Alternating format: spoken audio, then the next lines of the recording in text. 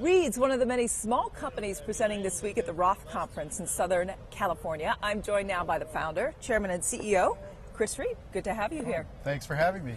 Now, your name might not be a household name, but some of your products are. Well, our ginger ale is somewhat well known, but it has kind of a cult following. Tell me about it. How'd this all come to be? And say the name, because it's got a great name. Reed's Ginger Brew. Yeah. Our extra ginger brew is our #1 flavor. We have 6 ginger brews. I started this in Venice, California by the beach. I'm somewhat unemployable. Used to design oil and gas refineries, LNG plants for liquefying natural gas. Yeah. And I had an early crisis, the midlife crisis, when I was 25. And I decided I wanted to do something great for the world. And I studied some eclectic things. I studied herbologies from India and herbologies from China, and they just revere ginger. So I said, okay, I'm going to dose America with ginger. It needs it. It helps digestion, helps you get all your nutrition. Instead of eating all those vitamins, you just get your food to work, your digestion to pull the nutrition right out of your food properly. So that started this, and I was in Venice, and I concocted, and I actually went back before there were commercial sodas and found out people used to brew up real ginger ales and real root beers and real cream sodas. So it's that got me going, and natural food industry went crazy for it. So you have kombucha. Am I saying that's that our right? latest, yeah. Okay, so kombucha, that's your big thing, and you're sort of working your way through places like Whole Foods and any healthy kind of place. Right. What's the big dream you have? I mean, do you want to stay focused on, I guess, the health market, or would you like to go mainstream? Kombucha is a probiotic tea that a lot of the top kombuchas in the marketplace had ginger in it. So I figured, okay, I'm Mr. Ginger. I'm going to do this. But ultimately, what we want to be to America is the world's greatest ginger ale. Not America, but the world.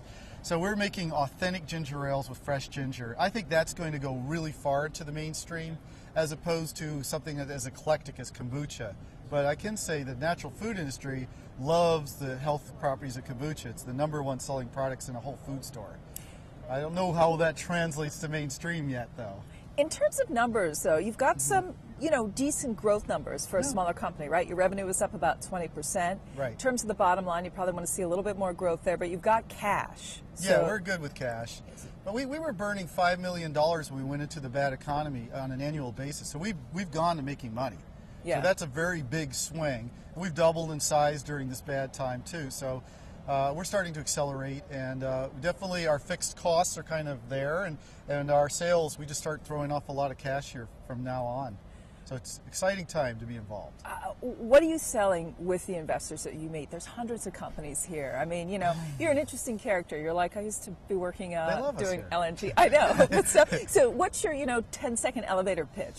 Well, every industry in America has a premium to it, from hotels to cars to ice cream to beers to the soft drinks. No, it's missing. $70 billion industry with absolutely no premium. Why not? Who can make a better cola? Well, we went back 200 years, found brewing processes, roots, spices. We're brewing it fresh. It's completely natural. It's got all the function of the herbs in it. We're making a cola that's a premium to the cola industry. We're making a ginger ale that's a premium to ginger ale. We're making a root beer. So we are the premium, the first time, a premium category leader for the soft drink industry. So you've gotten through the problem about burning money. Your numbers look good in terms of growth. So what's the obstacle to more distribution or getting more attention? Well, the attention is it. We've pushed ourselves to about 30 million in sales. Now it's to try to get awareness around the brands. Nobody even knows we're there. How important is social media? Very important to us. As a matter of fact, we just did something because Snoop Dogg loves our stuff, and he just blasted to his 20 million followers on Facebook, and we doubled the number of people. We had 10,000 people liking us. Now we have 20,000 liking us in a week, which is pretty good for social media. But we haven't really focused on it, but we're now jumping into that big time. What is the one thing you worry about running a company like this? I just have to pace myself. I'm running not a marathon, but an ultra marathon. I'm 25 years into this. I'm actually as enthusiastic as I can be, but I have to make sure that I just, I'm much more athletic now. I have to eat really well, and I do a lot of meditation and stuff. So I just balance. So no junk food for you? Everything in balance, even no junk food. I just had a chocolate ginger I candy. know, I it was saw very you. good. It was I my saw lunch. you. It was junky, but it was delicious. All right, well, you know what to drink with that. Yeah. Chris Reed, good chatting with you. Thanks, appreciate it.